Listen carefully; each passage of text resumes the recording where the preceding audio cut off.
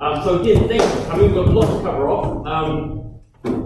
This year has been a really exciting year. I started this year by going to Amsterdam for what's called Sugon. One person watching. That's one person watching. one person watching. Yeah. Hi, honey. Thanks, guys. So, as Luke said, I'm the UX and XD director here. So I sit sort of halfway between strategy and design. Get involved in a lot of sort of CX activity as well. So understanding the needs of businesses, trying to translate that into something that you guys can use from a technical perspective. So I thought what I'd do, I can't come at you with anything as technical as what you've just been sort of treated to by these guys. So I just thought I'd give you a bit of a sort of view of the other side of the fence, so to speak, so the work that we do. In trying to make moments that matter. So by this what we mean is just those sort of meaningful sort of digital experiences that are going to resonate with customers, with users, but ultimately sort of turn the dial for the businesses that we all work for. So there's one thing I do want to apologise for as well.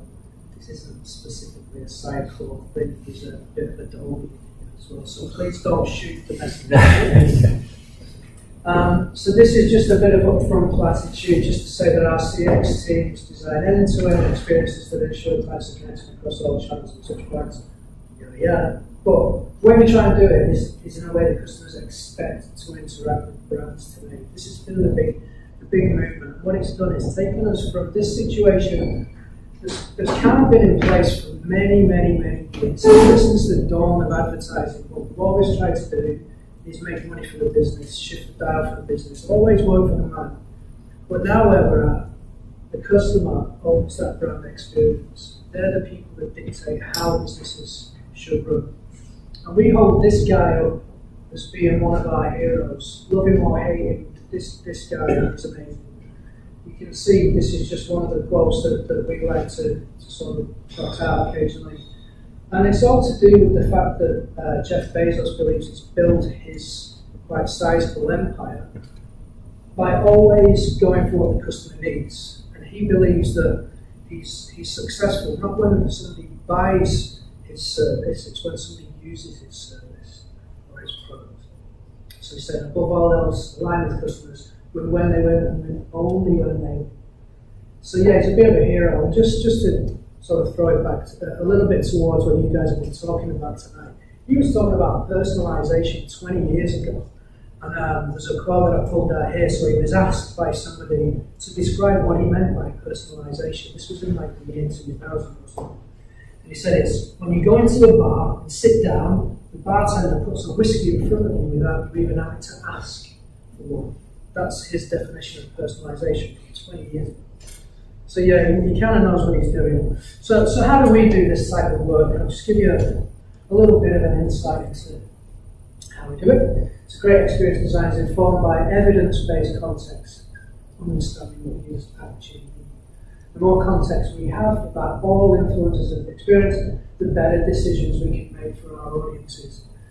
So we usually turn to journey mapping to a certain extent, large or small. It kind of sits behind a lot of what we do. And the way that we get to that, obviously lots of upfront research. We try and lean on the research that's already been done by a business because businesses have invested massively in their research over the last few years. So we always try and scrape that first before we try to design any other research sort of projects around it. That goes into mapping, which I'll show you some examples of. This is critical to us as well. We always try and go that extra level with journey mapping and create opportunities off the back of what we're seeing in those journeys, because that's something that's actionable by the customer. So just give you a quick sort of overview of a basic map process. This is something that we did for an education institute in Australia, the Deakin.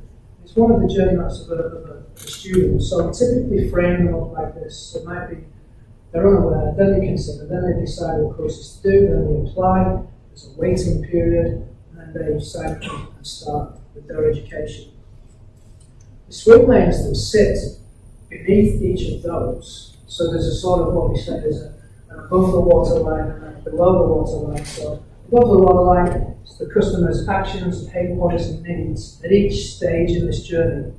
Below the water line, and equally important, is how the business responds to deliver the experience that's required in each of these steps.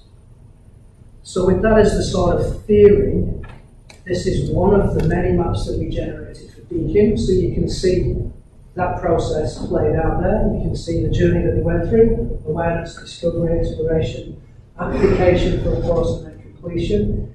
We've sort of measured the tension in terms of their emotional state. You can also see their key needs, and you can see the business's key needs, importantly, against these. So the business needs to deliver on these by delivering on these.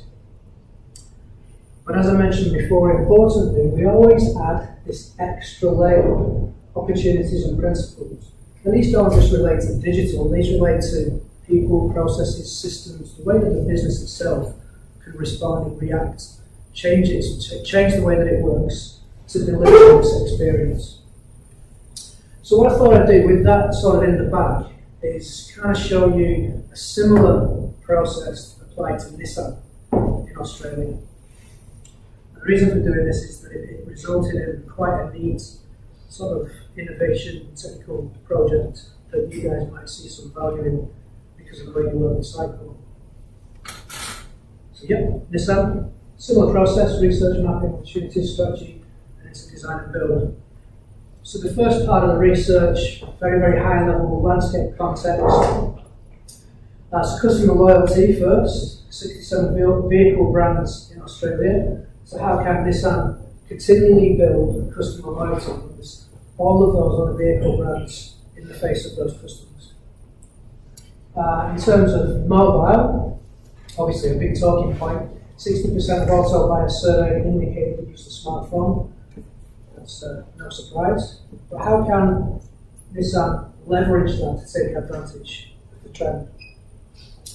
And then finally, in terms of brand consistency, there's 300 franchises across Australia and New Zealand, lots of different sizes and types of different styles of customer service. So how can Nissan keep its sort of perception of its brand consistent across all of those different franchises? And where we got to was a bit of an oh shit moment when Nissan realised in the general sort of purchasing journey of getting a car, what always happens is once a customer has bought the car and they drive off, the car brand has lost contact with that customer. They don't have any contact with them at all. So this was the big question: how can we help Nissan gain a clearer view of the customer's overarching experience and their relationship with the brand and protect it, foster it, keep it alive? So again, same process. Lots of journey mapping in terms of the car purchasing journey, but going on into ownership as well, importantly. So not just stopping at the point where the guy pays his money, or they pay the money, but actually going to ownership. So what is this ownership experience? You can also see it over here. Yes, it's Adobe. But what we've done is the communication opportunities, or generally the opportunities, and how technology can respond to those opportunities and delivering them to benefit these needs across this customer journey. So all of that was done. Great project. The client loved it. It's now being used to align lots of siloed teams on their side. So there's a sort of alignment diagram. Different teams can, can look at different points of the journey and go, we think we can make a difference there. We think we can tweak that process. So the big question still remains: how can Nissan retain this sort of contact with the customer after they've bought the car, when they're enjoying being car owners, being Nissan owners? So we came back to the customer journey. Right at the very end, right at the bottom, is this little thing, scheduled servicing reminders. And we found out a lot about that particular subject. We're talking to the drivers themselves, It was quite a proactive thing on their part. They had to go through the effort of booking their car in and all of that sort of stuff. And some people would just not bother because they're too busy. And this I thought, well, do you know what? We think we can make a difference here. So we took that as a challenge, and we got our R&D team involved. So AKQA is a sort of networked agency. We have a distributed R&D function. And I know you've probably heard that a lot from various agencies, and maybe have some clever tech stuck in a corner somewhere, and they call it a lab. But we actually do have a lab, and it's got all kinds of gizmos and stuff in there. It's just like an Aladdin's cave. So this is where our R&D team hang out. And what we do is we throw them a challenge, and then they set up a 3-week sprint. 3-week sprints consist of, so firstly it's the research, and in this instance the research isn't customer research, it's technology research, really. It's the feasibility and viability of what's out there from emerging tech, existing tech. How can we bring it to bear in delivering something that's not happened or doesn't exist yet? So we then go through into the develop. So literally this is just rapid prototyping, smashing together some things that can be tested just to see if there's, the sort of the essence of the solution there. That's both physical and it's code-based as well. And then finally, the documentation. This is often something that gets missed. You do all of this work, you get to a point of, yes, this is going to deliver, then it needs to be captured. Tested, needs to be documented, so the client's got that value. Can be given to any developer, anywhere, to be stood up and build and develop. So that's their 3-week sprint process. So back to the key challenge. How might this sound? Leverage the power of emerging technologies or converging technologies to create useful, connected, robust, personalised experiences for drivers. I write this stuff all the time. I know it's a bit waffly, but it's structured like a user story. You guys have seen this sort of thing before, a lot more boiled down. But this is the sort of thing that we as an XD team can respond to as well. So the user story thing is pretty universal. So this is where we got to. Thinking about the in-car experience, for many of us here, we've got the mobile phone in the car, and because obviously you're not supposed to drive while you're using the phone, we're starting to see a lot more speech, or the sort of wanky XD term is zero UI. But we're starting to see a lot more sort of voice-activated services in cars. So first of all, that's something that we thought we could build on. And when you think about the sort of proliferation of sensors and Internet of Things, and we've got some of these things in our houses, but it's a bit of a slow burn. But we're slowly getting there. It's still seen as quite a new thing. So being able to raise your garage door when the house senses your car driving towards it, security cameras that automatically turn on it and send you the image if they suspect there's somebody in your house, etc. It's all very sort of interesting stuff. It's still got a long way to go. But in your car, this has been happening for years.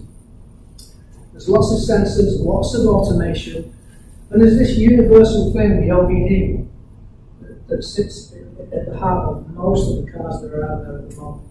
So that was our big sort of inroad into something interesting we can play with. We've got voice, we've got a universal interface. So what can we do? What's the step? I think on-board diagnostic. Did you know that? Yeah, something diagnostic. So this is the sort of interesting technologies that can be connected together to create something that's innovative that hasn't existed before. Sorry. But the power of Adobe Marketing Cloud or AEM, you could easily transplant Sitecore into that picture and it would sit there perfectly well. So you're thinking about Google Speech API, speech to text, connecting it through Watson to have it all sort of converted into some sort of conversation service, hooking it into Marketing Cloud for various reasons which will become clear in a second. But obviously it's the car itself that is the sort of the instigator and the source. And we've seen all of this experience. There's a little video that sort of puts it all into context for you.